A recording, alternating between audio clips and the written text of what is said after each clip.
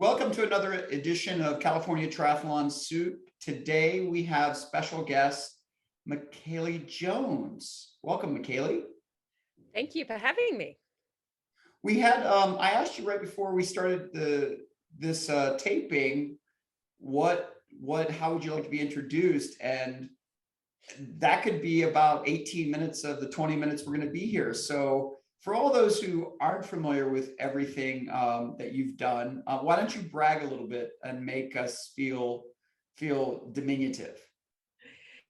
You know, it's funny because if people don't know me and then you start rattling off, I've won 2 ITU World Championships.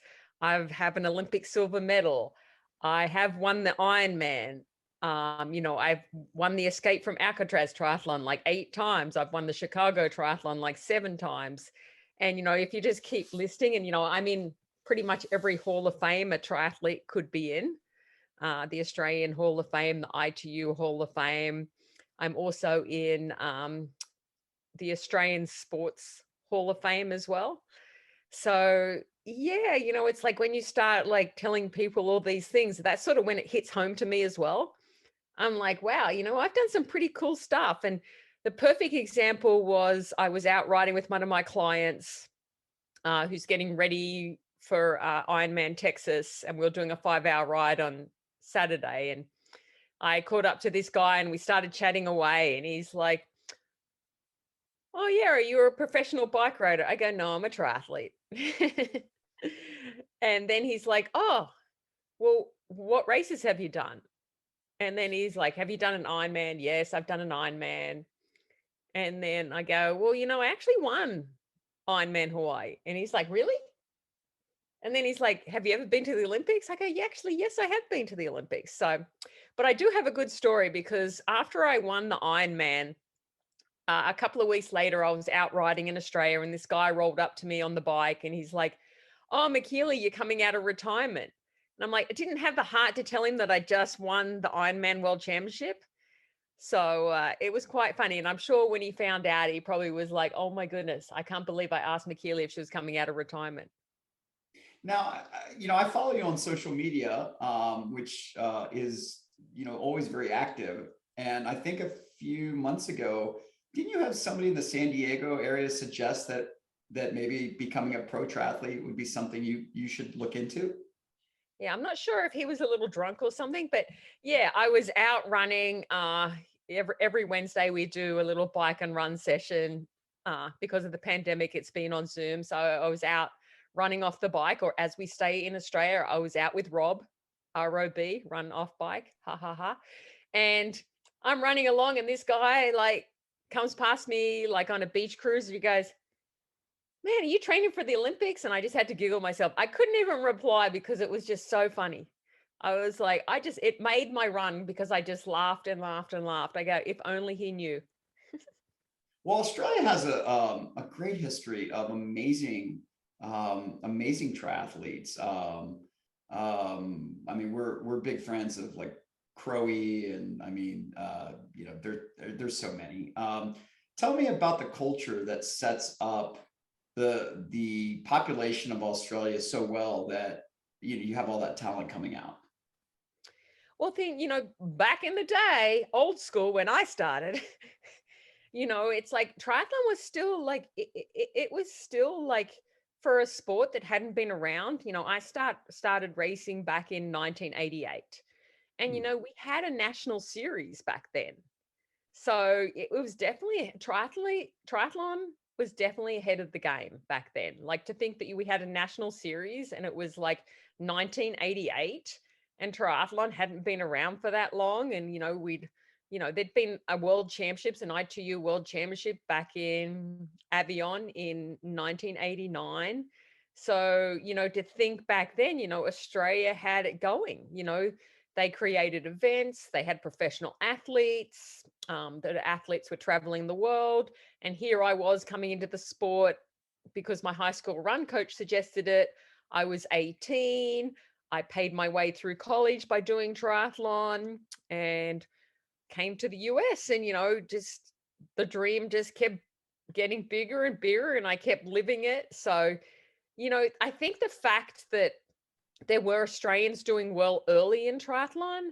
I think that's what really got the sport up and running. You know, we had success straight away. I mean, surf lifesaving is very big in Australia. A lot of people live by water. I just think it sort of embodies the whole Australian attitude, is just to get out there and get it done. And that's what triathlon's about. You know, you swim, bike, and run. You just get out there and you get it done. I was so much to talk about, about relative to Australia. I was on the phone the other day with an athlete, Bill Dusting, who had been, he's recently was in a, Aussie, he was recently in a bike accident. I don't know if you're familiar, I'm talking about. And he said one time, he said, I always wanted to beat Michellie in races. You know, we would race San Diego local. He said, and one time I beat her by a whole second. And this is the part, like, that's exciting, but the part that I get that a lot. right. Well, the part I didn't get about it was he then went on this elaborate conversation about why Melbourne was better than Sydney. And I don't understand it. Can you explain that? Why is Sydney better than Melbourne or vice versa? Why does he have such strong feelings? You know, it's probably a little bit of, probably the best way to describe it so US viewers understand, or maybe they won't, but it's a little bit like US and Canada. You know, it's like everyone thinks they're superior than the other. And it's sort of like New Zealand and Australia. It's like there's always a story. And it's sort of similar to Melbourne and Sydney. And it definitely comes to sports, right? Because Sydney is a huge rugby league city, and Melbourne is the opposite. They're the AFL. So it's like, you know, it's football, but it's a different version of football. So it definitely, and then, you know, with Australia and New Zealand, it came down to cricket. So it's just, you know, I'm like, I will, you know, if somebody's from Melbourne, I will like tease them a little bit, just like I will tease somebody who's from New Zealand. And, you know, even people from Canada, right? One of my best friends is from Canada. I'm always like, Canada, eh? So, you know, it's like, I think Aussies just like having this good sense of humor, and we definitely like to tease each other. Well, I was watching I was, I think, one of the 10 people that watched the Winter Olympics. The ratings were just horrible, I guess, compared to previous years. And Australia won 4 medals in the 2022 Winter Olympics. And I don't know much about Australia. I've been to New Zealand. I've never been to Australia. Where does that happen? Where does, like, I think about Australia as, you know, the typical things you would think, and I don't think ski slopes. Well, you know, that's so funny because usually during the Olympics, I will get asked by my friends, and you Americans, you know, it's funny. Yeah, we have a ski season and we have ski slopes. And, you know, a lot of the Aussie athletes, and, you know, even for tourism, like they go to Canada and they work. Or they go, and like we do have a pretty good high performance program for skiers. And, you know, we definitely have had success. And yeah, it's funny. Yeah, Australia does have snow, just so you know. There is definitely snow, and we do have a ski season, and we do have athletes. And you know, that's the thing about sport, right? You travel around the world. If you want to be good, you go to places that provide the best environment. I mean, that's why I came to San Diego in the first place, because I wanted to race against the best people in the world, and that was here in the US. Well, that's, you beat me to the punch. I was going to translate from the snow drifts of Australia to your choice of home in the US, which was sunny California, Southern California, San Diego. Now you have a coaching business that runs out of there, and you know, I'm certainly not, you know, we're not trying to, you know, pimp your coaching business, but tell us about coaching. Tell us, I really, a couple of things I'm really interested in is, what is coaching like in 2022, and maybe even pre-COVID, and then how do athletes find out about you? Do you get certifications?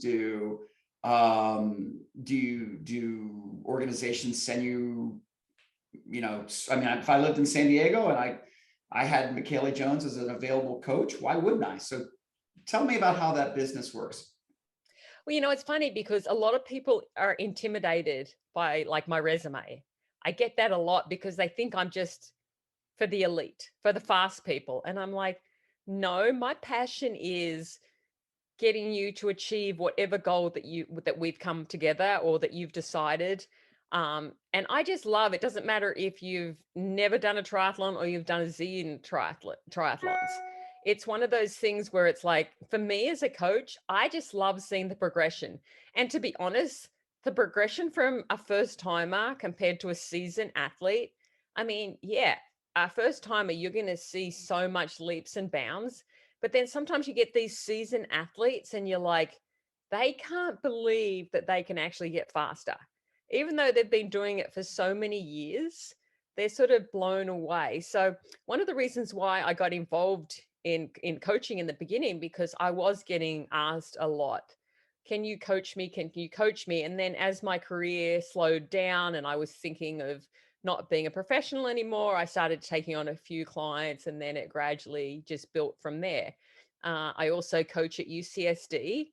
So I love that because definitely we get like the extremes of, I get athletes who've never swum a lap. And then, in a couple of weeks, it's just amazing. And that's really exciting that you can transform somebody who has a fear of water and can't swim a lap and all of a sudden they can do a triathlon. To And you me, guys, that's what I love. And then I also love the other end of it. It's like, when an athlete is prepared to put in the work and the effort and they see the reward, like I get so excited when they cross a finish line. Like I had an athlete the other day I've been working with, and we were trying to get her to run under 7-minute pace for a 5K, and she went 6:50 per mile. And it's like, she was so excited. And, she came to me and she was probably, I mean, she's a talented athlete for sure, but, she was running 8.5-minute mile pace.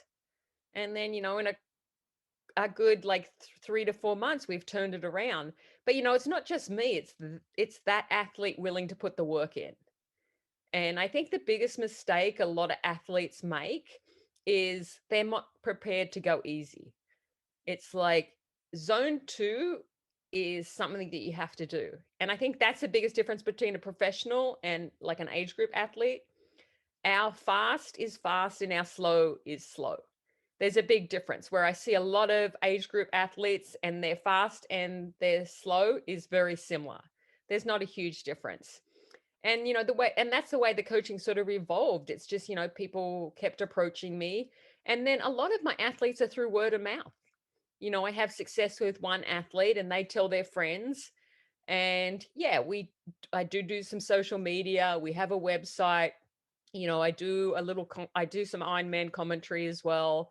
I race, getting out there. And I think that's the big thing, if you're out there racing, and, I've been racing for a long time and I get the questions all the time. Michellie, how do you stay motivated to keep pushing yourself and racing? And I'm like, part of it is the athletes I coach. They inspire me as much as I'm trying to inspire them. and so UCSD last year came to Newport Beach, and they came. The only, I think, Western Conference Championship event last year was Caltri Newport Beach, and we love having all the college teams there, the cheers, the Yeah. excitement. Yeah. Everybody It's loves different. that. It's different. And Yeah. then you guys just had a successful Tritonman, I think, last weekend. Yes.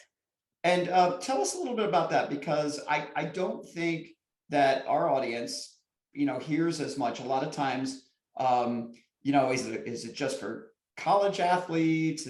Tell us a little bit about that. Well, that's the thing, the collegiate program. So I'm in a club program. So you basically have divisional triathlon, which is women's only. And I just saw we reached 40 colleges, which is fantastic because that was the NCAA requirement to keep it moving forward. Fantastic for women's sport. Unfortunate for the men that there's no program for them. Hopefully down the road that changes. So the club program, any collegiate registered athlete can participate in a club program. There's no restrictions on how much training you have to do. There's no sponsorship restrictions. So it's very different to divisional sports, collegiate level, divisional NCAA sports. So, you know, I think it's a little more fun because there isn't any restriction and you get a wide range of audience. And then it's a winter season, right? It's like a fall winter season. So it's not summer for the young kids. It's in the fall and winter season. And then, you know, we have races around California, and then we have a regional championships, and then we have the collegiate national championships. We're going to be in Atlanta, April 1 and 2 this year. And the nice thing is, like any of the races that are put on by the collegiate teams, that's their fundraiser. So for Tritonman, which was last week in San Diego at Mission Bay, that's our fundraiser to get as many kids as we can to collegiate nationals. Because I think that's such an awesome goal for every level athlete. And that's sort of why I sort of like club triathlon, because it's not elite, the best of the best. It's like, if you want to participate, I'm going to get you across that finish line. And I think that's important because triathlon is a lifestyle. And it's not just about winning races. It's sort of about finding out who you are, getting yourself through that finish line. Like every time I do a race, I have the same mental battle that everyone else does. You know, why am I doing this? I could be sleeping in. And then, you know, you finish and you go, oh my goodness, I want to do that again. So I think the collegiate program is great because it definitely gets kids involved who may never have done it or thought about doing a triathlon, and then they're exposed to it. And my goal is to hopefully they gain something that they can, of course, use in life, but they continue working on their health and fitness for the rest of their life because of triathlon. We the location you talked about in Atlanta is Lake Lanier Olympic Park in Gainesville. Yes. And we have Cal Tri Atlanta in October is at that venue. So we've been to that venue. It's fantastic. You're gonna love it. If you haven't been there before, you will absolutely love that venue. I think I have been to the venue. I was trying to go back and look and see if I'd raced there, and I believe I have. So definitely looking forward. And, you know, it's like we have a wide range of athletes. And, you know, we did, well, before COVID hit in 2019, we definitely, you know, had a fantastic national collegiate championships. We had 2 Australian twins that totally crushed it. And I had a couple of really fast girls. And, you know, that's the luck of the draw sometimes in a club program, because, you know, we're not going to recruit anyone. It's like whoever is in college, you know, hopefully, you know, you get some talented kids, but ultimately it's about having fun. And it's, you know, with COVID, it's been really, really interesting because these kids haven't had a national championships for a couple of years now. And then we did a little bit of a collegiate national championships at the end of the year in September in Malibu, which, you know, not all the collegians across the country could afford to come, but it was still, it's sort of like, as a coach, it's like racing is important. And that's the one thing that I have found really, really difficult with a lot of my athletes. It's like, they sort of missed racing, but now the races are back on. They're like pushing back. I'm like, no, this is what you wanted. But I think, you know, people get in a comfort zone, and racing puts you out of that comfort zone. And I sort of tried to tell people, it's like, you know, it doesn't matter. You can go as hard as you want to go. You can go as easy as you want to go. But it's just a great way to realize that triathlon, although it's an individual sport, it's a great community. And I think that's the part that I think COVID has really hit hard in triathlon, that community that you get when you actually are racing and, you know, meeting up with fellow people. And, you know, afterwards, you know, you're telling all the war stories of what happened during the race and how cool it was. And, you know, yeah, it hurt. No, I had a great race. No, this happened. And I think that's the part that a lot of people are missing right now. And they just don't realize how important that part is. Like for me, it's like, I love turning up to a race. I've missed the racing. I'm like, where's the next race? But, you know, people sort of get stuck in that training mode. And, you know, definitely for me, that's probably been the hardest thing about COVID is like, Okay, now the races are back on. Let's get out there and do it. We had last year 4 races in 22 days in April, May. We had one on the East Coast, and then we had Austin, Fort Worth, and then Lake Perris, and in Southern California, Lake Perris, which you were there. That was sort of a reopening in SoCal of triathlon, and we had a ton of race directors there, including Cause Events, the good folks from Cause Events, Carrie and Tobias. They raced. One of the things at Cal Tri Events is we have race directors always race for free. They don't race enough, and so it's nice to see them there. And I think they'll be there again on May 8th. We enjoyed having you out.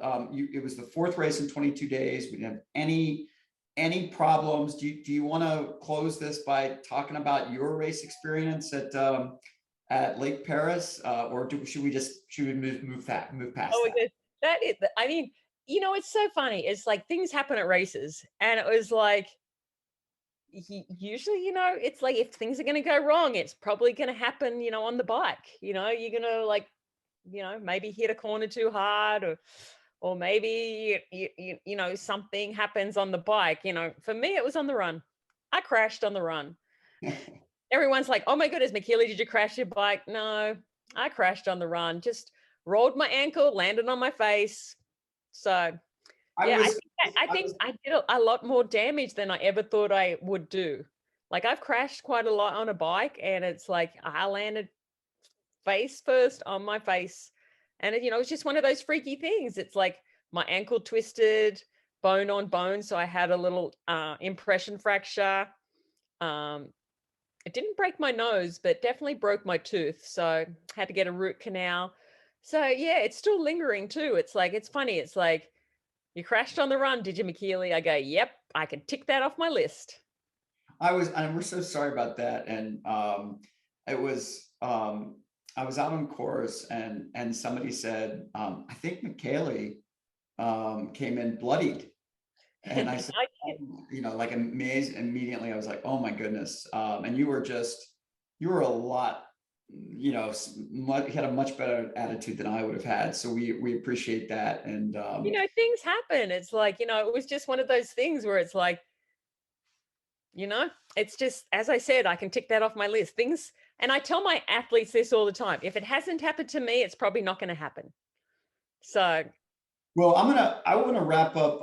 One of the things we've been trying to do this year with all of the folks that we've had on the podcast. And first of all, thank you so much. We try to have as many or more women episodes than men, because as we've seen, it seems there are more male episodes, and so we really appreciate somebody of your stature being on our little podcast. Tell us a little bit about some of the sponsors that you work with. Tell us about how they were during COVID. It's a great opportunity to kind of share, just give people insight into some of the companies that back what you do. no, for sure. I've been very, very blessed. I've had a lot of companies that have supported me for a long time. Probably one of my longest right now is like Rudy Project, sunglasses and helmets. And, it's been tough for everyone. And I think it's important that people understand that, it's like we lost out on races, race directors lost out on races, athletes, of course. I have to say that a couple of times because, it is part of, you know, everything that we do. If you're going to say you're a triathlete, you have to do a race. And, sponsors, it was tough for everyone. And, it's been interesting just talking to like even my nutrition sponsor, Rhino, they found it super tough. And, you just talk to everyone. Everyone's had it tough. And, I tell my athletes, support the sponsors who support triathlon because there's so many products out there and they don't give back. And I think that's one thing that I try to like tell a lot of people. It's like, it's like Zoot, for instance. I love Zoot because they came a triathlon brand and they've never shied away from it. Sometimes you get these brands that, start in triathlon and then they completely lose focus that that's where they are right now, and they move on to something else. So, we might be a small little sport, but we're certainly mighty. And I think it's important to reward those sponsors that support us, because there's so many other sports out there. And I think, as I said, it's like, it's one of those things where, if we want to keep this sport healthy, we have to do races. We have to hire coaches, and we have to look after the people who look after us, and the equipment, which in terms is the sponsorships. That makes a big difference. It's like one sort of turns the wheel of the other. If we sort of have a missing link anywhere, then there will be no triathlon. It is fantastic to have you today, Michellie Jones. Thank you so much. I'm actually going to look up. I'm going to look up what Rhino is, because I've Yeah, never. Rhino Sports Nutrition. Yeah. Yeah. Yeah, they're engaged in the endurance community. They're also engaged a lot in motocross. So, it's fun that, you see these companies, not just in one sport, but in a couple of different sports. And they're not like, they're like, small little companies that are making their way. Well, we really appreciate having you. Looking forward to seeing you this year, whether it's at, I know you'll be back racing cause events. I know we'll see you at Cal Tri something in Southern California. Yeah, I know. I've got to go through my schedule. It's like I started pinning it out because, as I told you guys earlier, it's like I also do some Ironman commentary, and I have a lot of races that I've got to commentate at. So it's sort of hard though, because I miss the racing, and then when they're all on the same day, I'm like, no. So I have to go to sit down. But definitely, I love your events. Had a lot of fun. It was nice just to have races, because that's the one thing, right? We've lost a lot of races. It's like one of my favorite races is the Carlsbad Triathlon. And, it goes right by my house. And, it's going to be now 3 years since we haven't had that. And, it's frustrating, because even though there seems to be a lot of races, we've lost a lot of races. Yeah, yeah. Well, and in Southern California, we've done an inventory on that, and there's about 25 races left, and there's only 9 Olympics that we know of. Yeah. So it's I could have a whole discussion on, people's thoughts on sprint distance to Olympic to Ironman. They're all important in some way. And, some people say, well, sprint distance is for like novice athletes. And I'm like, no, it's like, that's like the wrong mentality. I think whatever level you want to race at, it's like you have to start somewhere, and, starting at a sprint is good, but that doesn't mean you should ever forget about it, because they all help you getting, if you're an Ironman athlete, a sprint and Olympic distance race should be on your calendar. I think you may have just set up our second podcast with the same person at some later point, because I think that is a good 30 to 40 minutes just on that topic. For sure. Michellie, thank you so much. And I guess go Wallabies. Go Wallabies. Is that what I need to say? Is it go Wallabies if I want to be Australian? Yes, definitely. Go Wallabies. Okay, good to talk to you. Thank you so much. All right. Bye. Bye, everyone.